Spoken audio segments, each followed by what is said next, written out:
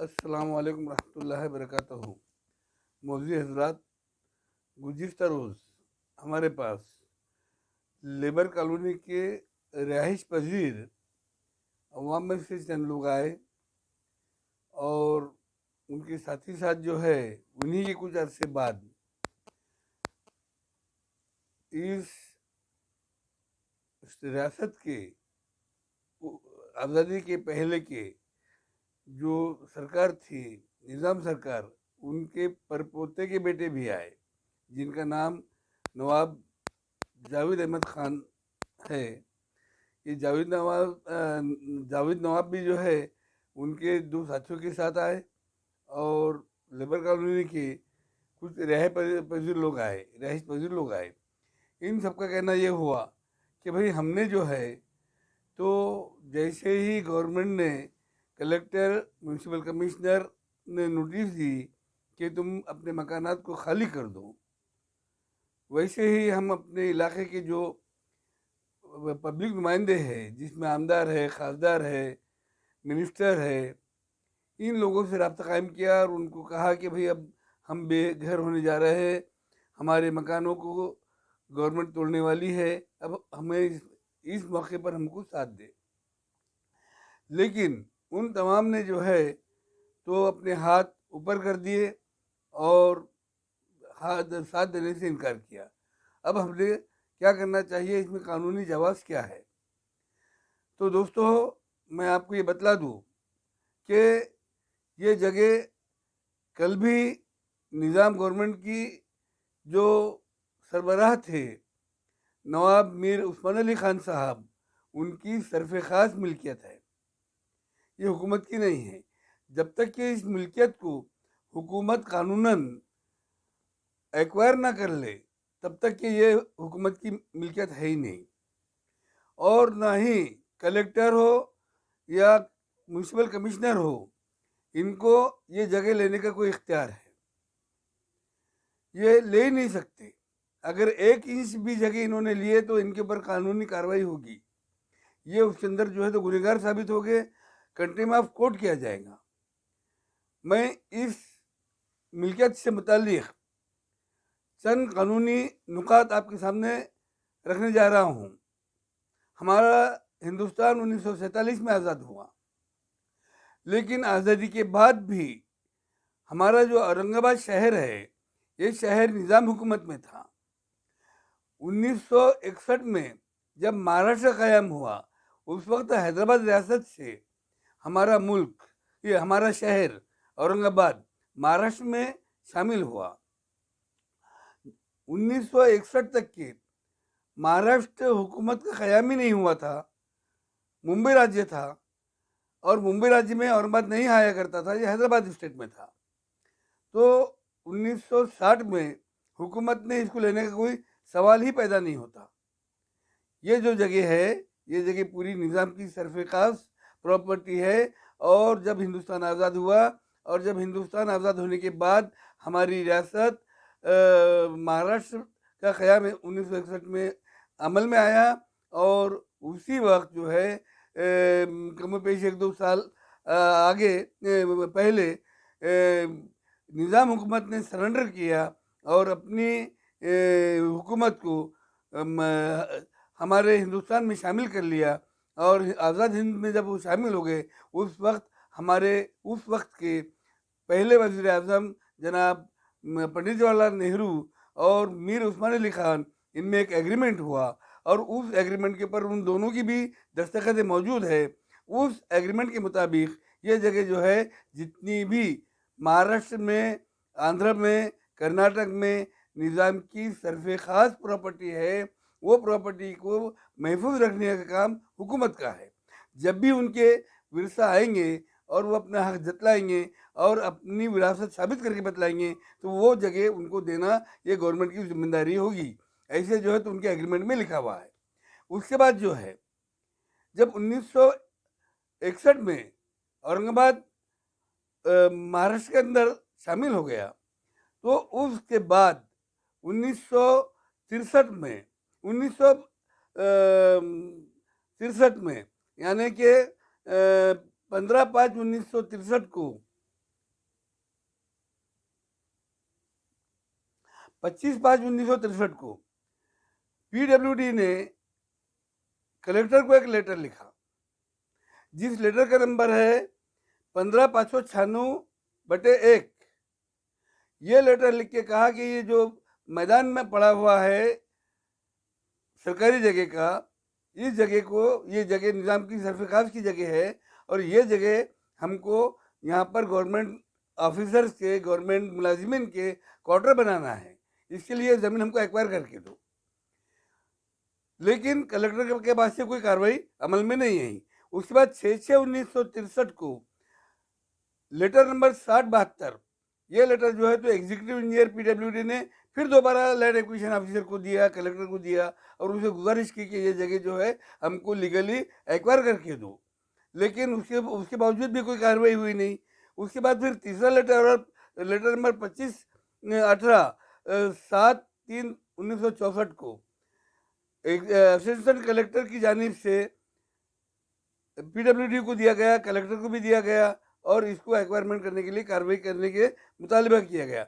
लेकिन इन चारों मौक़ों पर आखिरी लेटर जो 23/63 नंबर का लेटर है, जो 7/12/1965 को कलेक्टर ने लैंड एक्विजिशन ऑफिसर को दिया और उसके माविन को, और उनको कहा कि इसकी कार्रवाई मुकम्मल करो और ज़मीन जो है तो पीडब्ल्यूडी के हैंड ओवर करो। लेकिन उस पर भी कोई अमल कारगुजार नहीं हुआ। जब उस पर अमल नहीं हुआ तो ये एक्वायरमेंट की कार्रवाई यहीं पर रुक गई। ना पैसा दिया गया, ना कार्रवाई की गई, ना लैंड एक्वायर की गई। जब तुमने लैंड एक्वायर ही नहीं की तो आप उसके मालिक नहीं है। लेकिन यहाँ पर मसला ये है कि निज़ाम के कोई उर्फा औरंगाबाद में नहीं रहते थे उस वक्त, वो सब हैदराबाद में रहते थे, खाली जगह पड़ी हुई थी।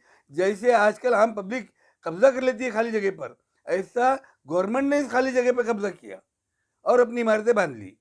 जब गवर्नमेंट ने कब्जा करके इमारतें बांध ली तो कुछ दिन के बाद में जो है यानी सन 2000 में एक निज़ाम के पोते के बेटे, पर पोते, जो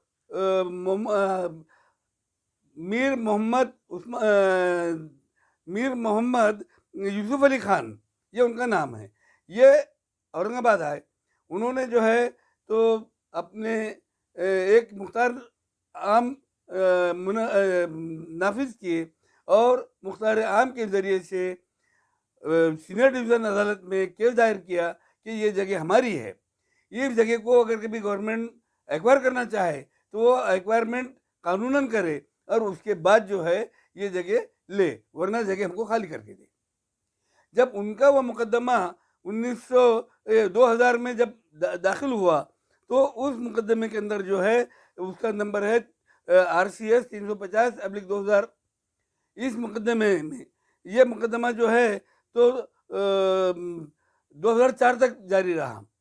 लेकिन 2004 तक के अपना जो सही ढंग से बाबू रखना चाहिए गवर्नमेंट की तरफ से रखे नहीं गई और ना गवर्नमेंट ने कोई उसके अंदर जवाब दिया। इसलिए जो है तो गवर्नमेंट के खिलाफ एक्स पार्टी ऑर्डर अदालत ने पास किया और उसके बाद जो है तो गवर्नमेंट अदालत ने आखिरी फैसला ये दिया बतारीख 10/9/2004 को।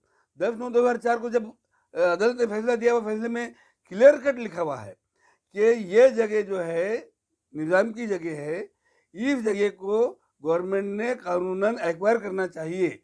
जब तक के गवर्नमेंट एक्वायर नहीं करती तब तक के इस जगह की किसी भी हालत को बदला नहीं जाता। जब हालत नहीं बदली जाती तो तोड़ने का मसला नहीं आता। अगर से कभी हुकूमत इसको तोड़ेंगी तो उसके लिए वो कंटेम्प्ट ऑफ कोर्ट करेंगी, ऐसा होगा।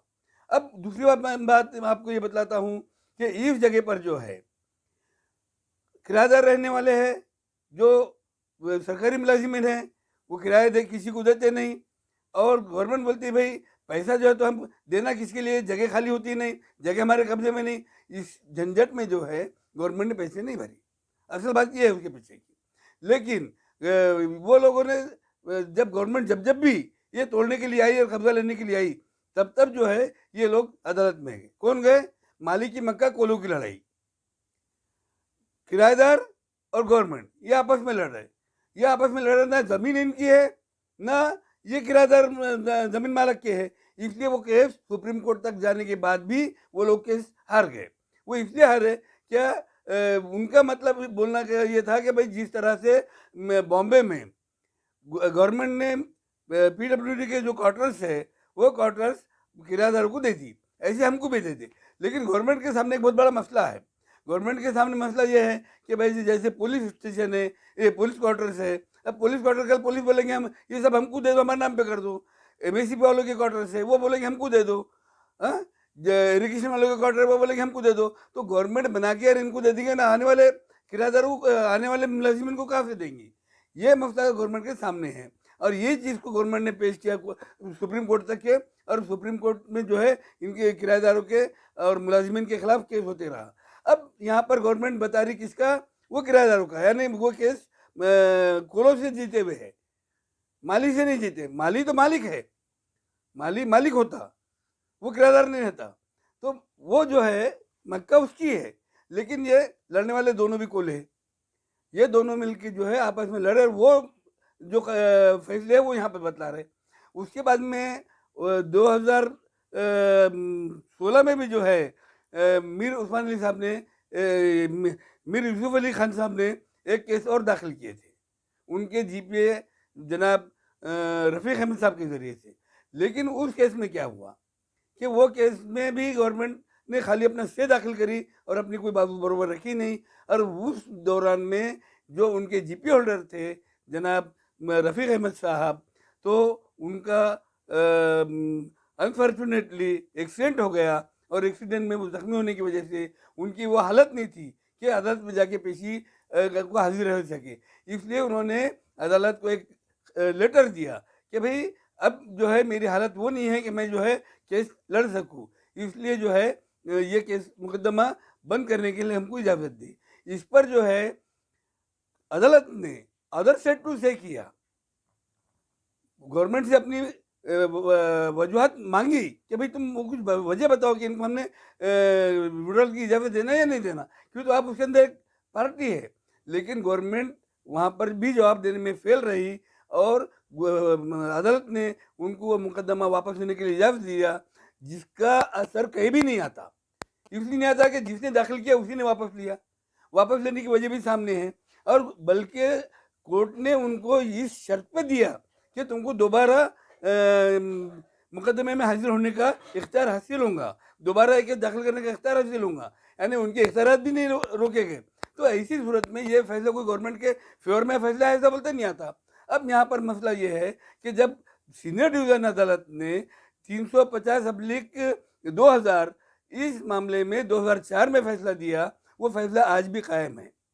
और वो फैसले के अंदर जो है गवर्नमेंट ने क्लियर कट उनको सुनाया, अदालत ने क्लियर कट उसके अंदर मेंशन किया कि जब तक के तुम एक्वायरमेंट की कार्रवाई मुकम्मल नहीं करते, तब तक के इस ज़मीन का कोई हालत आपने बदलना नहीं चाहिए।